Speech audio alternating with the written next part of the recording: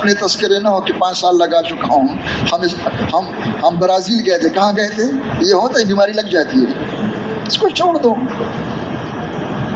اور بعض تو اپنا تعارف کرتے کہ پتہ میں کہاں سے آیا ہوں، پھر اپنا سابقہ زندگی بتاتے اور اس پر فخر بھی کرتے۔ اللہ کے بندے شکر کرو، یہ کوئی بات ہے؟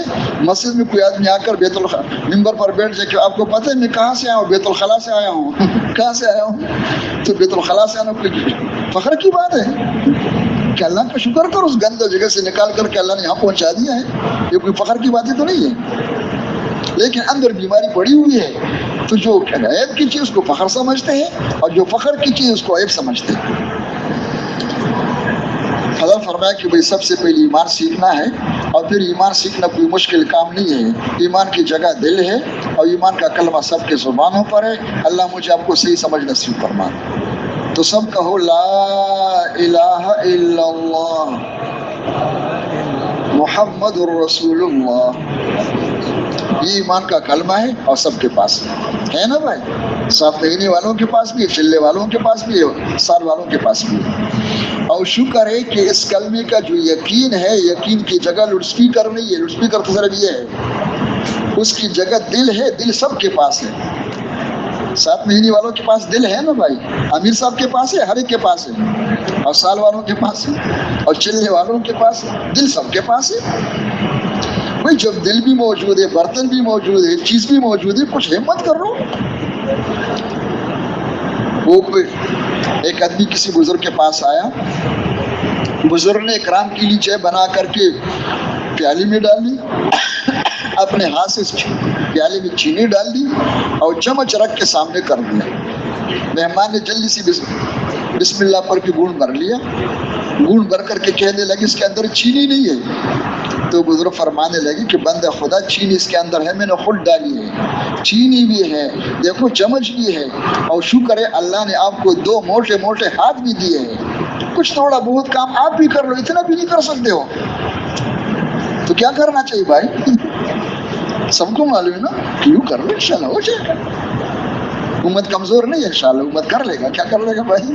تو اتنی بات ہے کہ چینی کی مٹاس ہوگی 2-3 سیکنڈ کے لیے، 1 منٹ کے لیے، محنت بھی اتنی ہے۔ اللہ مجھے آپ کو ایمان کی حلاوت نصیب فرما دے، ایمان کی مٹاس نصیب فرما دے، وہ کروڑوں کربوں سالوں کے لیے، اس پر اگر 80 سال بھی لگ گئے تو کیا مشکل ہے؟ صحابہ کرام لگا چکے ہیں اور سیکھنے والے لگا چکے ہیں، اپنا تاریخ دیکھو۔ اس کی حضرت فرماتے تھے کہ بھائی یہ جو کلمہ ہے لا الہ الا اللہ محمد رسول اللہ، شکر کرو بہت قیمتی کلمہ ہے، اس کے الفاظ بھی بہت قیمتی ہے، قیامت میں پتہ چلے گا اس کی کیا قیمت ہے، لیکن اس پر محنت کر کے کلمہ حقیقت کے ساتھ آ جائے۔ حقیقت کیا ہے کہ سب سے پہلا مطالبہ جو کلمے میں ہے یقین سیکھنے کا ہے، یقین سیکھو، اخلاص سیکھو، اور سنت کے مطابق اپنے بدن کا استعمال ہونا سیکھ لو بس۔ اس پر کیا ہوگا؟ صرف یقین سیکھنے پر اللہ خوش ہو کر جنت دیں گے، دنیا سے کئی گنا بڑی، سینکڑوں ہزاروں لاکھوں کروڑوں گنا بڑی جنت ملے گی، ہمیشہ ہمیشہ کی، اور فی کس ملے گی، فی جماعت نہیں ملے گی کہ دنیا سے کروڑوں گنا جنت دے دو امیر صاحب کو، جتنا مرضی خود قبضہ کر لے، تھوڑا بہت تقسیم بھی کر لے، کیا کر لے بھائی؟ نہیں، ہر ایک کو الگ الگ جنت ملے گی۔ اور دنیا میں کیا ہوگا؟ جن کا یقین اندر سے کیا اور اس کے بجائے ایک اللہ کے ذات و صفات کا، اعمال پہ اللہ کے وعدوں پر یقین آ جائے گا، جن کا یقین اندر سے چلا گیا ان سب کو اللہ مسخر کر کے تابع کر کے قدموں میں ڈال دیں گے، اور بے تاج کے بادشاہ رہے گا انشاءاللہ موت تک۔ تو اس یقین کو سیکھنے کی میں بھی نیت کر رہا ہوں، آپ بھی نیت کرو انشاءاللہ۔ تو یہ سننے سے آتا ہے یا لکھنے سے آتا ہے؟ لکھنے والے بتا دو بھائی، یہ نہ سننے سے آتے ہیں نہ لکھنے سے آتے ہیں، حکیم صاحب کا نسخہ نہیں ہے، یہ سیکھنے سے آتا ہے۔ کس سے آتا ہے؟ اور سیکھنا روزانہ ہے، اس میں نہ جمعے کے دن چھٹی ہے، نہ اتوار کے دن ہے، نہ عید میں ہے، نہ محرم میں ہے۔ کیا خیال ہے انسان کی جسمانی خوراک کھانے پینے میں مہینے میں کتنے دن چھٹی کرتے ہو؟ سال میں کتنا ہوتا ہے کہ کبھی نہیں ہوتا؟ رمضان میں وقت بدل جاتا ہے۔ وہ کھانے پینے کا چھٹی تو وہ کرے گا جس کے دماغ وہ جسم کی خوراک ہے، اور یہ جو اعمال ہے یہ روح کی خوراک ہے۔ کس کی خوراک ہے؟ یہ مسلسل ہے۔ اگر حصہ ڈال رہے ہیں تو حصے کا ثواب ملے گا، لیکن روحانی طور پر وہی ہوگا، ساری بیماریوں کا جڑ ہوگا۔ کیا ہوگا؟ ٹھیک نہیں ہو سکتا۔ تو اس یقین کو سیکھنے کے لیے حضرت فرمایا کرتے تھے، ایک تو روزانہ ایمان و یقین کی دعوت دینی تھی، کو دیں گے انشاءاللہ۔ ہماری اپنی حاجت ہے، یہاں بھی، راستے میں بھی، وہاں بھی، واپسی پر بھی، اور اتنا دعوت دینا کہ میرا آپ کا جی لگ جائے، اور گھر جا کر بچوں کے ساتھ، کاروبار کے ساتھ، نوکریوں کے ساتھ روزانہ ایمان یقین دعوت دینے کے لیے اوقات فارغ کر کے مسجد میں آئے۔ یہ ہے اس کا داخلہ بھی۔ اللہ کی بڑائی سمجھانی، ان کی قدرت سمجھانی، ان کی ربوبیت سمجھانی، انبیاء علیہ السلام کے قصے سنانا ہے، اپنے قصے کہانیاں نہ سنائے۔ اور انبیاء علیہ السلام کے کس طرح سنائے؟ وہ مقررین کی طرح قصے نہ سنائے کہ 2-3 قصے یاد کر لیے اور 2 گھنٹے بیان کر سکتا ہوں شب جمعہ کا انشاءاللہ۔ ہمارے حضرات نے جو بتایا کہ نبیوں کے قصے سنا، صحابہ کرام کے قصے، اس کا انداز کیا بتایا؟ انداز وہ قرآن والے ہیں۔ جس طرح قرآن پاک میں انبیاء کے قصے ہیں، اس میں تفصیل نہیں ہے، اجمال ہے۔ کیا ہے؟ اس طرح انبیاء علیہ السلام کے قصے سنانا، اس کا انداز میں عرض کر دیتا ہوں، اللہ کرے سمجھ میں آ جائے، بولنا شروع کرے۔ دشمن جمع ہوئے اور سارے دشمنوں نے مل کر ابراہیم علیہ السلام کو آگ میں پھینک دیا۔ سب کو یہ قصہ یاد ہے نا؟ شکر ہے۔ جس آگ میں ابراہیم علیہ السلام کو دشمن پھینک رہے، اس آگ کے اندر آگ سے بچنے کا کوئی ظاہری سبب ہے؟ جس کو ہم کہتے ہیں کہ اللہ ہی بچاتے، لیکن کوئی لیکن ہے؟ اس آگ کے اندر پلنے کا کوئی ظاہری سبب ہے؟ عزت ملنے کا، کامیابی ملنے کا، غلبہ ملنے کا، دشمن کی اسکیم فیل ہو جائے، ابراہیم علیہ السلام کی اسکیم دنیا میں چل جائے؟ کوئی نہیں ہے۔ لیکن کچھ نہ ہونے کے باوجود اللہ نے چاہا تو اللہ نے حفاظت فرمائی، اللہ نے تربیت فرمائی، اللہ نے عزت ہی دی، اللہ نے غلبہ دے دیا اور دشمن کی اسکیم کو ناکام کر دیا۔ یہ سب کچھ کس نے کیا؟ اور کیسے کیا؟ لیکن تو ہے نہیں، وہ قدرت پر یقین آ گیا۔ کیا جائے؟ اللہ فرمایا کرتے ہیں زبانوں پر جو ہوتا ہے کہ اللہ خالق ہے، لیکن اللہ رازق ہے، لیکن اس وقت لیکن نہیں کہتے بیان کرتے وقت، جب کہتے کہ بستر اٹھا دو کہتے لیکن، کیونکہ آپ ہی تو کہتے ہیں کہ اللہ خالق و مالک ہے، اللہ رازق ہے، اللہ ہی پالتے ہیں، کہ ہاں ٹھیک ہے، لیکن کہتے ہیں ان مسکینوں کا یقین اللہ پہ نہیں ہے، ان مسکینوں کا یقین لیکن پر ہے، اور ہر ایک کا لیکن اس کو خود معلوم ہے، سب کا ایک لیکن نہیں، ہر ایک الگ الگ لیکن ہے، وہ اندر بوت پڑا ہوا ہے۔ تو دعوت اس بات کی دین ہے کہ اللہ پاک قادر مطلق ہے، اللہ پاک کرنے میں لیکنوں کے پابند نہیں ہے اور لیکنوں کے محتاج نہیں ہے۔ اللہ پاک خالق اپنی قدرت سے ہے، اللہ رازق اپنی قدرت سے ہے۔ اور یہ بھی ذرا میں کہہ دیتا ہوں، یہ بھی زور اس لیے کہتا ہوں کہ آواز سب تک پہنچ جائے، یہ سینہ زوری کا کام نہیں ہے کہ وہاں جا کر زور زور سے کہے، کیا کہیں؟ یہ مسلسل محنت ہے، آواز تو بقدر حاجت ہو، یعنی کہ زور لگائے گی تو 5 دن میں ہو جائے گا۔ کیا ہو جائے گا؟ وہ تسلسل ہے۔ وہ ایک دفعہ یہاں اس طرح کسی کو مغالطہ لگا ہوا تھا، وہ زوروں سے کہتے کہ وہ سمجھتے کہ میں زور لگاؤں گا تو یقین جلدی ٹھیک ہو جائے گا، انشاءاللہ شام تک ہو جائے گا۔ اگلے دن مفتی صاحب کا بیان تھا رحمۃ اللہ علیہ، تو فجر کے بیان میں فرمانے لگے سینہ زوری کا کام نہیں ہے، یہ سینہ زوری کا کام نہیں ہے۔ کیا نہیں ہے بھائی؟ سمجھ میں آ گئی؟ جس طرح دنیا میں ہم سینہ زوری کرتے ہیں نا، وہ دباؤ ڈال لیتے کہ بھائی اچھا بھائی خدا کے واسطے کر لو یار، یہ تو بہت، کہتے ہیں یہ مسلسل محنت چاہیے، مسلسل محنت چاہیے۔ تو یہ نمونہ میں نے عرض کر دیا، آگے بھی اشارہ کر دیتا ہوں۔ ابراہیم علیہ السلام نے بھی بچوں کو چھوڑ دیا صحرا میں، کوئی ظاہری نقشہ نہیں، پانی بھی ختم، کھجور بھی ختم، لیکن اللہ نے چاہا تو اللہ نے تربیت فرمائی، اللہ نے حفاظت فرمائی، اللہ نے ان کے سارے مسئلوں کو حل کر دیا، ان کو عزت دی اور دنیا کے امام بنا دیا۔ یہ سب کچھ کس نے کیا ہے اور کس طرح کیا ہے؟ تو سب کہو، ایک زبان سے بار بار کہو، اللہ جو چاہتا ہے اپنی قدرت سے کرتا ہے، اپنے کرنے میں کسی مخلوق کے محتاج نہیں۔ یہ کہنا ہے بار بار، اور کب تک کہنا ہے؟ جب تک مر جائے نہیں، یہ مرنے کے لیے نہیں ہے، یہ دل میں اتارنے کے لیے۔ جب تک دل میں نہ اتر جائے، اور دل میں اترنے کے بعد پھر بھی کہتے رہنا ہے تاکہ دوبارہ کیا نہ ہو جائے، پھر نہ نکل جائے، مرنے سے پہلے اندر ہی رہے اور اس کو ساتھ لے کے چلے جائے۔ اصحاب کہف غار میں 309 سال، یونس علیہ السلام مچھلی کے پیٹ میں، موسیٰ علیہ السلام کو صندوق میں بند کر کے دریا میں پھینک دیا اور صندوق دشمن کے گھر پہنچ گئی، یوسف علیہ السلام کو کنویں میں ڈال دیا اور کنویں سے نکال کر کے وہ لے جا کر کے سب کے سروں کے اوپر تخت پر کس نے بٹھا دیا اور کیسے بٹھا دیا؟ کوئی لیکن ہے اپنی قدرت سے، اللہ جو چاہتا ہے اپنی قدرت سے کرتا ہے، اپنے کرنے میں کسی مخلوق کے محتاج نہیں۔ اس طرح انبیاء علیہ السلام کے قصے بار بار سنانا ہے، اور اس لیے سنانا ہے کہ دل میں اللہ کی قدرت پر یقین آ جائے۔ اللہ کی قدرت کیا ہے؟ اللہ کی ذاتی طاقت، اس کو قدرت کہتے ہیں۔ اور یہ بھی ذرا سن لو کہ وہی قدرت خزانے ہیں، یہ جو ہم کہتے ہیں نا اللہ کے خزانوں سے لیں گے انشاءاللہ، 7 مہینے میں جا رہے اللہ کے خزانوں سے لے لو، وہ اللہ کے خزانے پہ گودام نہیں، ہمارے ذہن میں شاید یہی ہے کہ جس طرح غلے کے گودام ہوتے، کوئی پیسوں کے وہاں گودام پڑا ہوا ہے انشاءاللہ اسے لے لو، کیا کرو؟ وہ جو اللہ کی قدرت ہے وہی خزانے ہیں۔ کیا ہے؟ خزائن اللہ کلام، خزائن اللہ کلام، اذا اراد شیئا ان یقول له کن فیکون، یہ خزانہ ہے۔ یہ سمجھ میں آ گیا خزانہ ہے؟ اللہ کا کہنا کیا ہے؟ خزانہ ہے۔ وہ کہتے ہیں اس طرح ہزاروں جہان اور ہو جائے، ہو گیا، یہ سارے پہاڑ سونے چاندی کے ہو جائے، ہو گئے، سب کو ختم کرو، ختم ہو گئے۔ تو اس طرح کہنا ہے کہ اللہ جو چاہتے اپنے قدرت سے کرتا ہے، اپنے کرنے میں کسی مخلوق کے محتاج نہیں۔ انبیاء علیہ السلام کے قصے سنانا، صحابہ کرام کے واقعات سنانا، اور پھر اس یقین کے نفع سمجھانا کہ یقین اگر دل کی دولت بن جائے تو مزے کرو گے دنیا آخرت میں، پورا دن زندگیوں میں آ جائے گا۔ کیا آ جائے گا؟ پورا دن کیا آ جائے گا؟ زندگی میں آ جائے گا۔ اگر یقین پورا ہے تو یہ دن بھی پورا ہوگا انشاءاللہ۔ یہ جو کمزوری ہے ذوفی کیا بڑھاپا ہے، کیا ہے بھائی؟ ذوفی ایمان ہے۔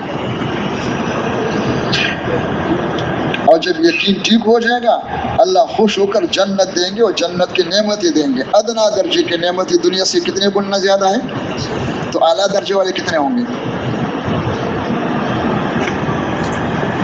وہ دیں گے، اور دنیا میں اللہ سب کو مسخر کر دیں گے، اور سب کو مسخر کر کے کہتے ٹھیک ہے سب مسخر کر کے اکرام تو کر رہے، سب امیر صاحب کہہ رہے ہیں، لیکن پیسوں کی ضرورت ہے۔ کس کی ضرورت ہے؟ یہ ذرا غور سے سن لو۔ حضرت فرماتے کہ سارے کائنات کو اللہ مسخر کر دیں گے، اور پھر اللہ پاک اس کامل ایمان والوں کو، پوری دل پر چلنے والوں کو اللہ مال دیں گے بارش کی طرح۔ کس کی طرح؟ بارش حلال ہے یا حرام ہے؟ اس میں کوئی قطرہ حرام کا ہوتا ہے؟ اچھا، اور بارش کے پانی پاک ہے یا ناپاک ہے؟ کوئی مشکوک آدمی تو اور بات ہے، ورنہ کوئی شک کر سکتا ہے۔ اور پھر بارش کے پانی کا اندازہ کیا ہوتا ہے؟ آپ کو تو اندازہ ہوتا ہے ہر سال جتنے وہ قطرے بارش کے آپ گنتے رہتے ہو نا، کوئی گنتی کر سکتا ہے؟ تو کامل ایمان والوں کو، کل دین پر چلنے والوں کو آخرت میں تو اللہ اپنی رضا اور جنت کے سارے نعمتیں دیں گے، اور دنیا میں اللہ ان کو مال دیں گے کس کی طرح؟ بولو بھائی، بارش کی طرح۔ اور دنیا کے سارے قومیں اور جتنی کرسیوں پر بیٹھنے والے ہیں ان سب کو اللہ ان کے قدموں میں ڈال دیں گی زمین کی طرح۔ اب جب پھرتے تو زمین سر پہ ہوتا ہے یا پیروں کے نیچے ہوتا ہے؟ بولو بھائی، اسی طرح سب کو اللہ نیچے لے آئیں گے، اور اللہ کی رحمت آئے گی ہواؤں کی طرح۔ کس کی طرح؟ اگر یہ سمجھ میں آ جائے اور یہ قابو میں آ جائے، نہیں تو کرتے رہو، پتہ چل جائے گا 1 2 نہ 2 نہ 2 2 نہیں 4۔ کیا ہے بھائی؟ وہ جو زندگی مروجہ ہے اس کو بدلنا ہے۔ تو اس طرح نفع بتا کر کے آپ جن کو یہ دعوت دے رہے تھے، چاہے مجمع میں ہو مشورے سے، بغیر مشورے کے مجمع نہ لگائے، چاہے انفرادی 1 2 کو دعوت دے، آخر میں ان کی تشکیل کرے۔ اس تشکیل کرنے سے دھوکہ نہ لگ جائے کہ میں تقریر کر رہا تھا ان کو ٹھیک کرنے کے لیے، نہ وہ ٹھیک ہوں گے نہ میں ٹھیک ہوں گا۔ وہ جو میں دعوت دے رہا تھا آپ دعوت دے رہے اپنے اندر لانے کی، ان سے جو مطالبہ ہو رہا ہے کہ بھائی کیا ہے آپ بھی بستر دے دو 7 مہینے کے لیے اور سال کے لیے، یہ اس کی خیر خواہی ہے۔ الدین النصیحہ، دین خیر خواہی ہے۔ انبیاء علیہ السلام کی دعوت بھی کیا ہے؟ وَأَنَا لَكُمْ نَاصِحٌ أَمِينٌ وَأَنصَحُ لَكُمْ وَنَصَحْتُ لَكُمْ، کہ میں تمہارا خیر خواہ ہوں۔ تو ہم ہر مسلمان کے خیر خواہ ہیں، اس خیر خواہی میں منتیں کر رہے ہیں کہ خدا کے واسطے بستر دے دو 4 مہینے کی، اس لیے اس سے کہیں دھوکہ نہ لگ جائے کہ ہم لوگوں کو ٹھیک کر رہے ہیں اور تبلیغ کر رہے ہیں۔ کیا کر رہے ہیں؟ یہ ہم دین سیکھ رہے ہیں اور حضور کے طریقے، صحابہ کرام والے طریقے سے سیکھ رہے ہیں، اور سب سے پہلے ایمان اخلاص سیکھ رہے ہیں۔ کیا کر رہے ہیں؟ اس لیے اگر اپنا نیت نہیں کرو گے تو کیا ہوگا؟ جب اپنا نیت نہیں کریں گے تو وعدہ تو محنت کرنے والوں کے ساتھ ہے کہ اللہ پاک ان کو دیں گے لنہدینہم، یہ اپنا نیت نہیں کر رہے، اور جن کی نیت کر رہے ان کے بارے میں وعدہ نہیں ہے، تو نہ یہاں ہوا نہ وہاں ہوا، کہتے سال لگ گیا کچھ فائدہ نہیں ہوا، کچھ اور راستے اختیار کرو۔ تو کہیں دھوکہ نہ لگ جائے، یہ جتنا ہے یہ سب کچھ اپنے اوپر محنت ہے کہ دین سیکھنا ہے، اور دین میں خیر خواہی بھی ہے۔ حضرت نے جو حیات الصحابہ میں پہلا باب شروع کیا ہے دعوت اللہ، کہ صحابہ کرام کے دلوں میں کتنی فکر تھی اور کتنے غم تھے لوگوں کو ہدایت ملنے کا، یہ چیز پیدا ہو جائے میرے دل کا حصہ ہے، اس کو اپنے اندر لانا ہے، یہ ہر مسلمان کے اندر پیدا ہو جائے، اور اتنا اندر میں خیر خواہی اور ہر ایک کی کیا ہے ہدایت کا حرص پیدا ہو جائے کہ اس پہ جان و مال قربان کر سکے۔ اور تشکیل کرنے کے بعد پھر یہ نہ ہو کہ بھائی چلو بھائی اب کیا کرو، اللہ مجھے معاف فرما دے۔ ایک دفعہ میں یہاں مجمع میں بات کر رہا تھا، میں نے کبھی اللہ کے بندو اتنے سالوں کے 5 دعائیں یاد ہے، کچھ آگے بھی چلو نا۔ اسی وقت حاجی صاحب نے خادم کو بھیجا، آ کر مجھے کہا حاجی صاحب فرماتے کہ جس پر لانا ہے وہ کہو، باقی بات نہ کرو۔ سمجھ میں آ گیا، لیکن کیا کریں ہم کمزور ہیں، ہم سمجھتے شاید سمجھ میں نہیں گئے۔ تو یہ نہ ہو کہ دعوت 2 گھنٹے سن لیا اور 2 گھنٹے دعوت دے دیا، آپ ٹیک لگا دی کہ چلو رابطہ شروع کرو۔ اللہ ہم سب کی حفاظت فرما دے، یہ سمجھ لیا۔ اب اس وقت یہ نہ کرو، اس وقت ہم فارغ نہیں ہیں کہ بھئی بیان تو نہیں ہے، اجتماع عمل تو نہیں ہے، دعوت میں دے دے کرتا کہ گشتے ہو گئی، کہ آپ بسم اللہ کر کے سوچنا شروع کرو۔ کیا شروع کرو؟ کیا شروع کرو؟ جو کہہ رہے تھے اور جو سن رہے تھے، جو بول رہے تھے، اب ہمت کرو وہ سوچنا شروع کرو، اپنے آپ سے وہی کہو۔ یہ ہو سکتا ہے نہیں ہو سکتا ہے؟ بولو بھائی، ٹیک لگا کے ہو سکتا ہے، پاؤں پھیلا کے بھی ہو سکتا ہے، چلتی ہوئی بھی ہو سکتا ہے، تو وہی سوچنا ہے۔ التفکیر مع النفس عند الخلوہ، اس کا نام قرآن کی اصطلاح میں کیا ہے؟ غور و فکر۔ قرآن میں حکم ہے کیا ہے کہ تم سوچتے نہیں ہو، دماغ نہیں استعمال کرتے ہو، فکر نہیں کرتے ہو، اس کے بہت کمی ہے۔ اس لیے کیا جب وہ نہیں کر رہے تو خانہ خالی رہا دیو میں گرد، وہ شیطان نے حملہ کر دیا، وہ نفس نے اندر قبضہ کر لیا۔ اجتماع عمل میں بیٹھ کر کی بھی، نماز کے انتظار میں بیٹھ کر کی بھی اندر وہاں پہنچا ہوا ہے، اور جوڑ توڑ شیخ چلی کا ہو رہا ہے۔ کیا ہو رہا ہے بھائی؟ ہوتا ہی نہیں ہوتا ہے، اور 2 گھنٹے مراقبہ ہوتا ہے۔ اس مراقبے سے نماز پڑھوں گے تو وہ نماز کیسے ہوگی؟ یہ کیوں ہو رہا ہے کہ ہم نے جگہ خالی چھوڑ دی؟ اگر اس خالی وقت میں وہی باتیں ہم سوچتے رہے، اپنے آپ سے کہتے رہے، تو انشاءاللہ نفس کو موقع نہیں ملے گا۔ یہ حدیث و نفس کا توڑ ہے۔ یہ اندر جو باتیں ہو رہی کون کر رہے ہیں؟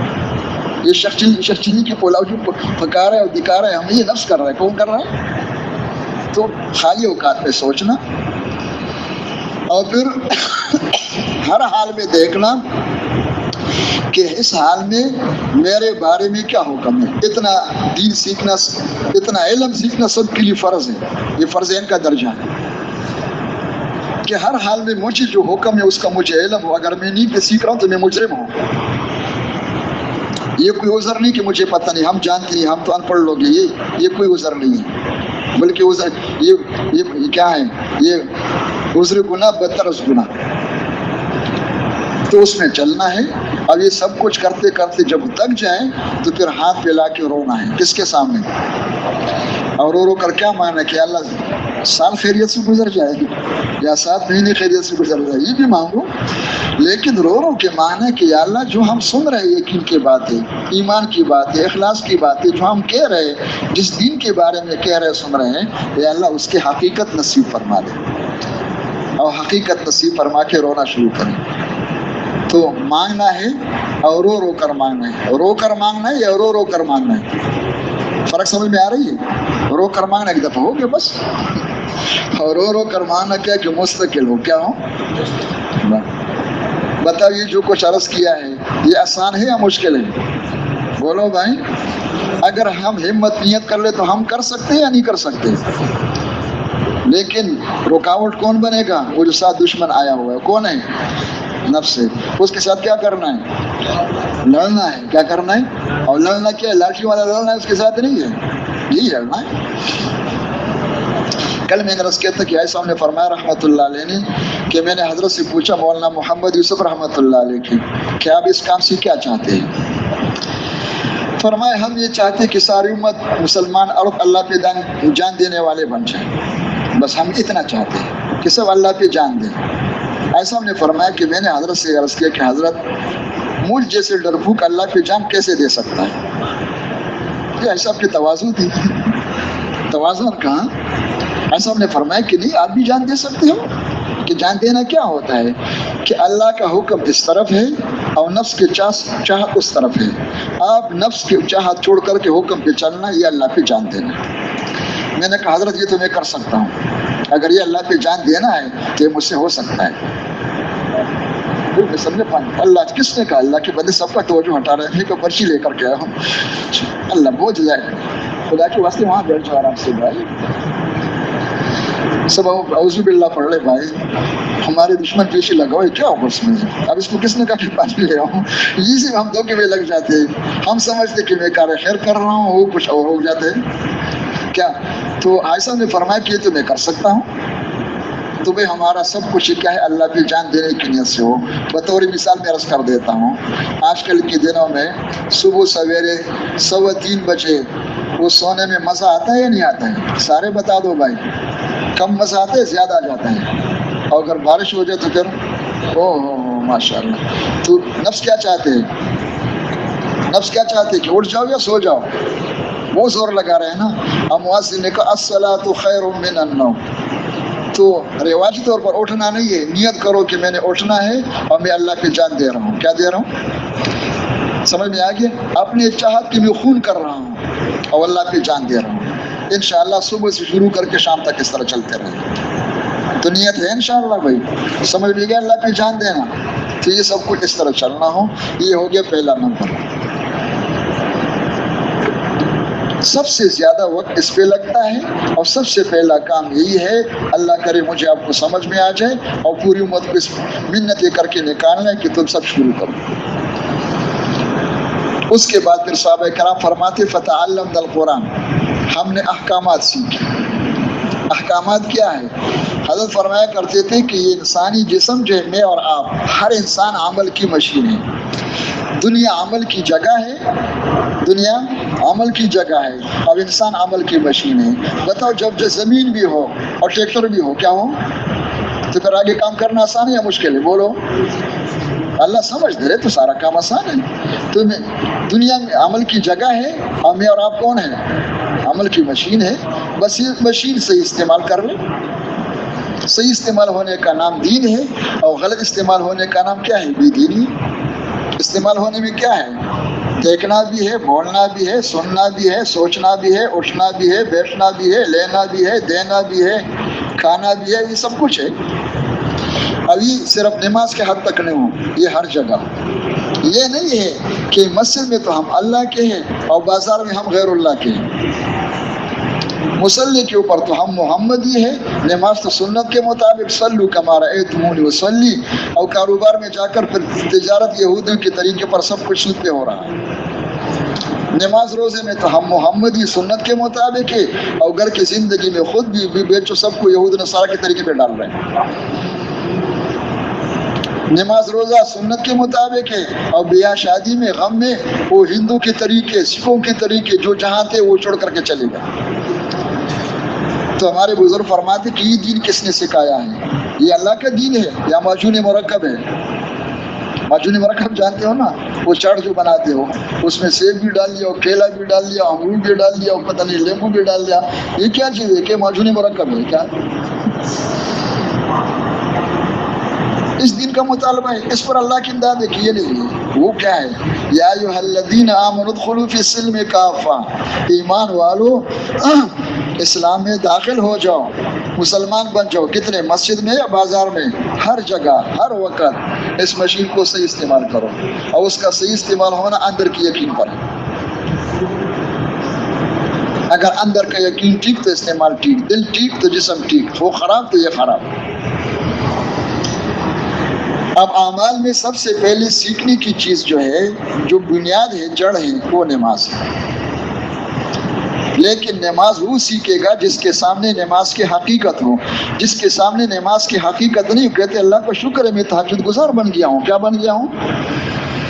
تو قرآن میں یہ نہیں کہا کہ نماز پڑھو، قرآن میں کہتے اقیموا الصلاۃ، نماز کو قائم کرو۔ اور قرآن میں پھر نمازیوں کا ذکر ہے، دو قسم کے نمازی ہیں۔ ایک قسم کے نمازی وہ ہیں جن کے بارے میں قرآن پاک میں فویل للمصلین الذین هم عن صلاتهم ساہون، یہ وہ نمازی جس کا آخری نتیجہ تباہی بربادی ہے، یہ ناکام نمازی ہے۔ اور ایک قسم کے نمازی ہوئے جن کے بارے میں قرآن پاک میں قد افلح المؤمنون الذین هم فی صلاتهم خاشعون، یہ ہے وہ کامیابی لینے والی نماز۔ جب نمازی دو قسم کے ہو گئی تو نماز بھی تو دو قسم کی ہوگی نا۔ حضرت فرماتے نماز دو قسم کی ہے، ایک بچوں والی نماز ہے، ایک صحابہ والی نماز ہے۔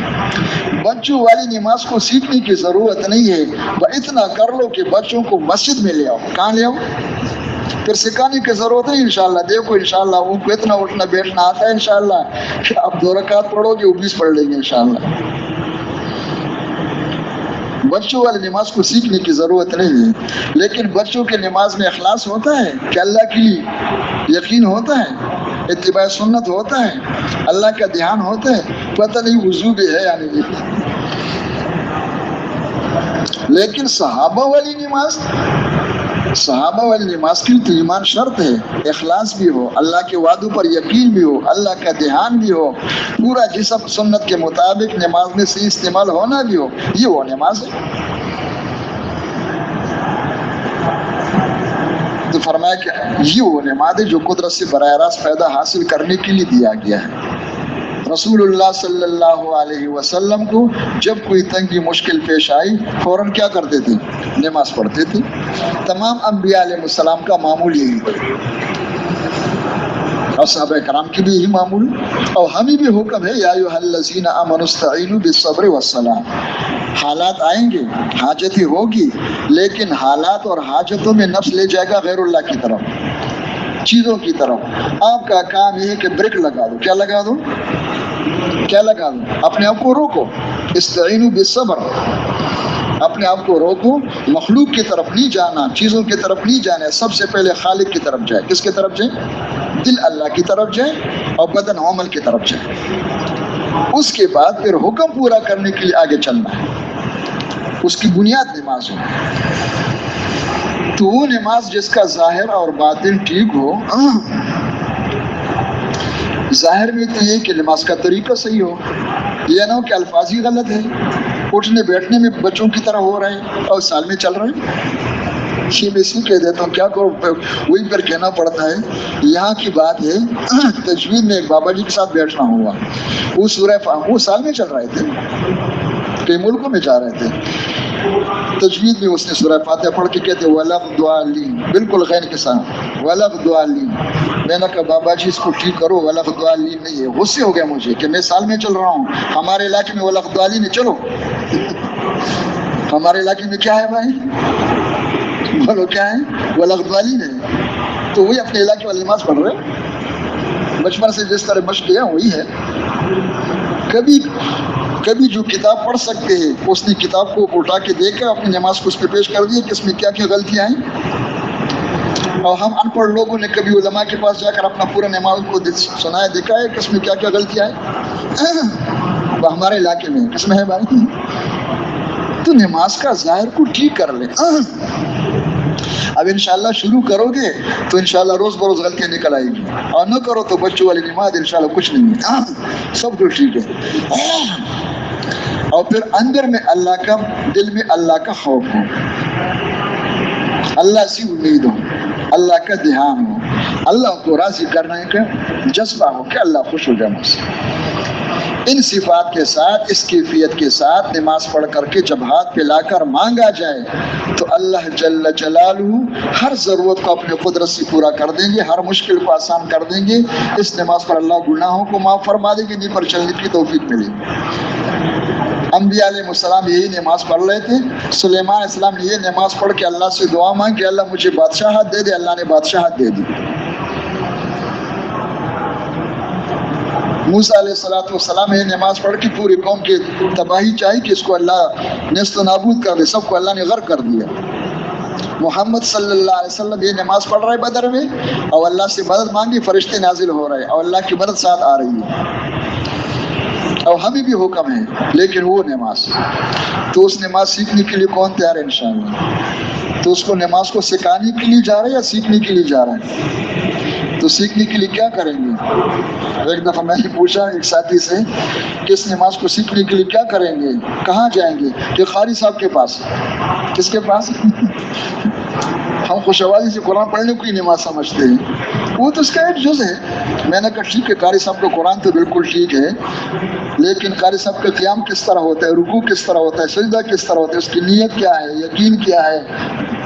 کہتے یہ تو مجھے پتہ نہیں۔ میں نے کہا نماز تو سیکھو، جس نے پورا نماز سیکھا ہے۔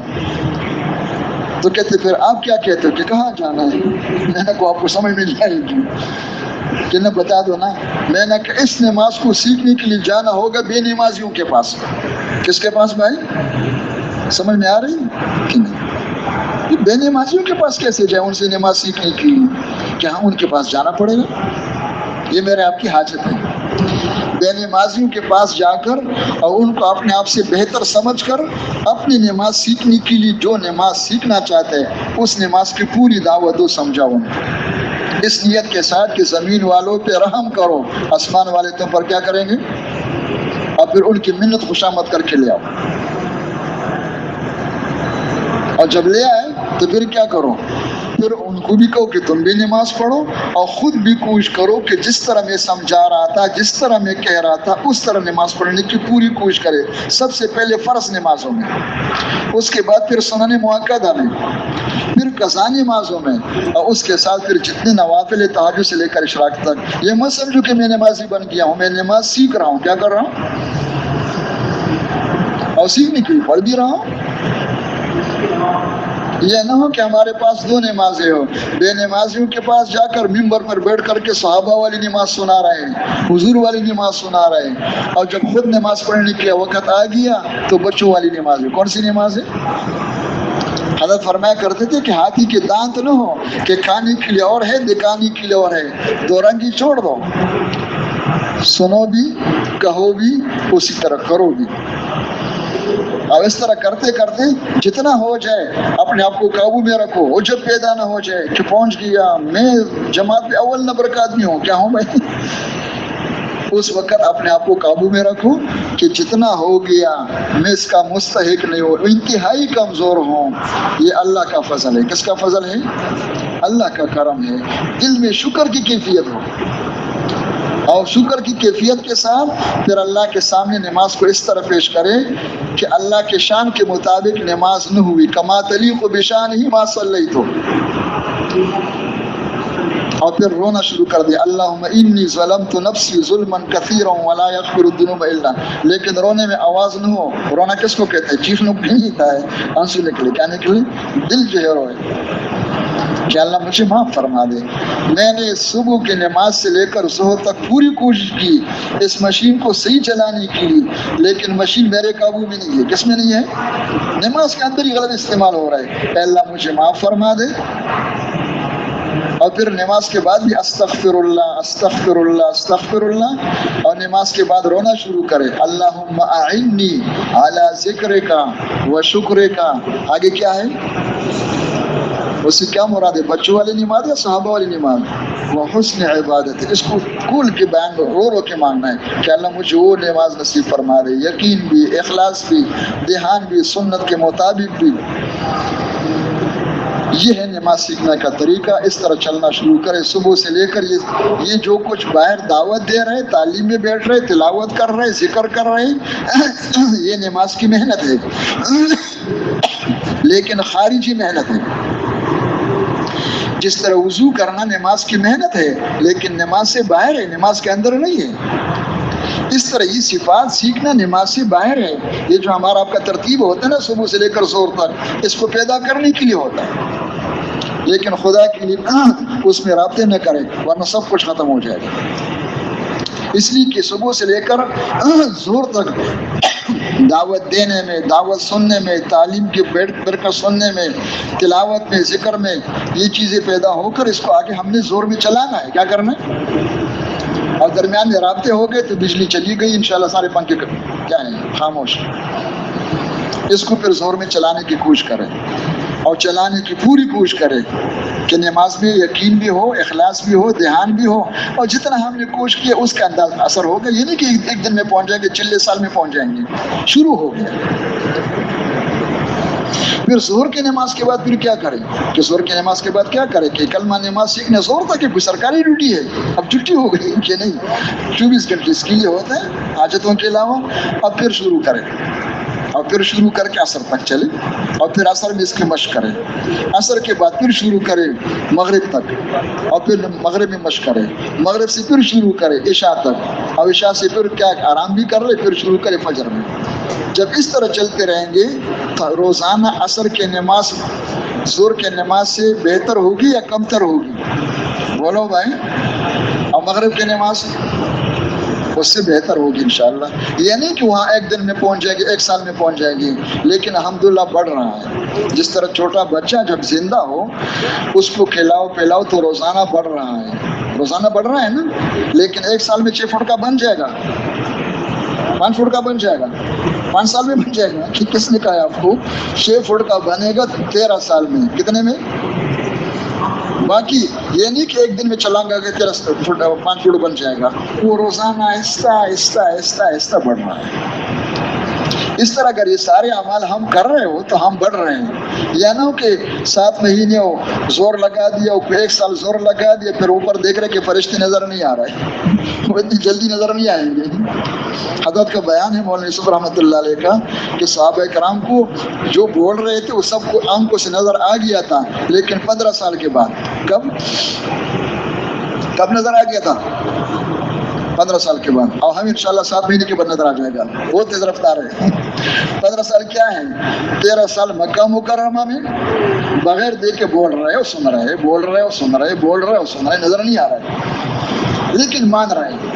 اور مکہ مشرکین مکہ مان بھی نہیں رہے، یہ مان رہے وہ نہیں مان رہے، نظر ان کو بھی نہیں آ رہے، ان کو بھی نظر نہیں آ رہا ہے۔ 13 سال یہ گزر گیا مکہ مکرمہ میں، پھر مدینہ منورہ جا کر جو 1 سال ہو گیا، دوسرا سال پھر رمضان شریف میں اخیر میں جب میدان بدر میں پہنچ گئے تو ان بولنے والوں کو بھی نظر آ گیا، نہ ماننے والوں کو بھی نظر آ گیا، اور شیطان کو بھی نظر آ گیا، جھٹکا دیا ابو جہل کو، انی ارا ما لا ترون، مجھے نظر آ رہا ہے۔ یہ سب کچھ ہے اور اس وقت سب کچھ ہے، لیکن اندر کیا ہے؟ غیب کا پردہ ہے۔ کیا ہے غیب کا؟ کیا ہے یہ؟ اس آنکھوں سے نظر نہیں آتا ہے، سورج کی روشنی سے نظر نہیں آئے گا جب تک دل کی روشنی پیدا نہ ہو جائے۔ دل کے اندر نور آ جائے گا تو انشاءاللہ دل کی آنکھوں سے، دل کی روشنی سے سب کچھ نظر آئے گا انشاءاللہ۔ تو کریں گے انشاءاللہ بھائی۔ یہ ہو گیا کلمہ نماز، سمجھ میں آ گیا؟ ہمارے ذہن میں، لوگوں کے ذہن میں کیا ہوتا ہے کہ ہاں کلمہ نماز سکھا رہے میاں جی والے۔ کون سے والے بھائی؟ کون سی؟ اور میں تو خود میاں جی بن گیا ہوں، اللہ کا شکر ہے، میں تو لوگوں کو سکھا رہا ہوں، میں تو پہنچ چکا ہوں۔ تو کلمہ نماز سیکھنا کون سی کلمہ نماز؟ پاکستانی ایمان ہے، صحابہ والی وہ نماز ہے، اس کو سامنے رکھ کے ہم نے چلنا ہے، اور یہی بنیاد ہے۔ مفتی صاحب نے فرمایا تھا کہ ایک آدمی نے کہا ٹھیک ہے آپ لوگوں کے پاس کلمہ نماز ہے لیکن آگے جانا چاہیے نا۔ میں نے کہا کہ کلمہ نماز کے علاوہ اور ہے کیا؟ ہے کلمہ نماز؟ دین کیا ہے؟ دین یہ ہے کہ اندر ٹھیک ہو جائے، باہر ٹھیک ہو جائے، اور کیا چیز ہے؟ اندر ٹھیک ہونے کے لیے ایمان ہے، اور باہر ٹھیک کرنے کے لیے کیا ہے؟ ایمان کے ساتھ نماز ہے، اس کے ساتھ ہے۔ تو اللہ ہم سب کو توفیق نصیب فرما دے. یہ 7 مہینے اور سال اور چل اور 3 چلے اس کے لیے ہے کہ اللہ کرے اس طرح چلتے چلتے کرتے کرتے کرتے ہمارا آپ کا جی لگ جائیں, ہمارا آپ کا دل لگ جائیں, اور پھر اللہ ہمیں توفیق دے کے واپس جا کر اپنے مشاغل کے ساتھ انشاءاللہ یہ سب کچھ کرتے رہیں. نکلنے کے زمانے میں تو 16 گھنٹے اعمال میں ہوں اور 8 گھنٹے میں سے 6 گھنٹے تقریباً سونے کے لیے ہوں, 2 گھنٹے کھانے پینے کے لیے بقدر حاجت وضو استنجا کرنے کے لیے, اور مقام پہ جا کر پھر 24 گھنٹے میں سے 8 گھنٹے ہم کیا کریں اپنے حاجتوں کے لیے, ذاتی حاجتوں کے لیے, گھر بار کے لیے. 8 گھنٹے اپنے کاروبار کے لیے ہے اور 8 گھنٹے ان اعمال کو سیکھنے اور مسجد کے لیے. کون کون اس کے لیے تیار ہے انشاءاللہ بھائی؟ اگر یہ سارے اس طرح ہو جائے تو کیا خیال ہے؟ میرے خیال میں کتنی مسجدیں آباد ہو گئی, ایک جماعت میں کتنی مسجدوں کے لوگ ہیں, اور اگر ہر ایک نے کہا کہ میں کلمہ نماز سیکھنا چاہتا ہوں, اتنے ہم کمزور ہیں کہ ہم 8 گھنٹے مسجد میں رہیں گے کوئی نہیں آئے گا. وہ تو میں فارغ نہیں ہوں, آپ فارغ نہیں ہوں, کیا نہیں ہے؟ اور بہانہ بناتی حکومت کمزور ہے. کون کمزور ہے؟ اگر میرا آپ کا جی لگ جائے اور ہم نے ڈیرا ڈال دیا, کیا ڈر دے بھائی, جو ترتیب بتائی جا رہے ہیں ہمیں, تو انشاءاللہ ہر مسجد آباد ہو سکتا ہے. اور جب مسجد آباد ہو جائے گی تو شکر کرو ہمارے جتنے طبقات ہیں وہ کہاں ہیں؟ وزیر اعظم صاحب کا گھر کہاں ہے؟ کہ کسی مسجد کے ساتھ ہے. صدر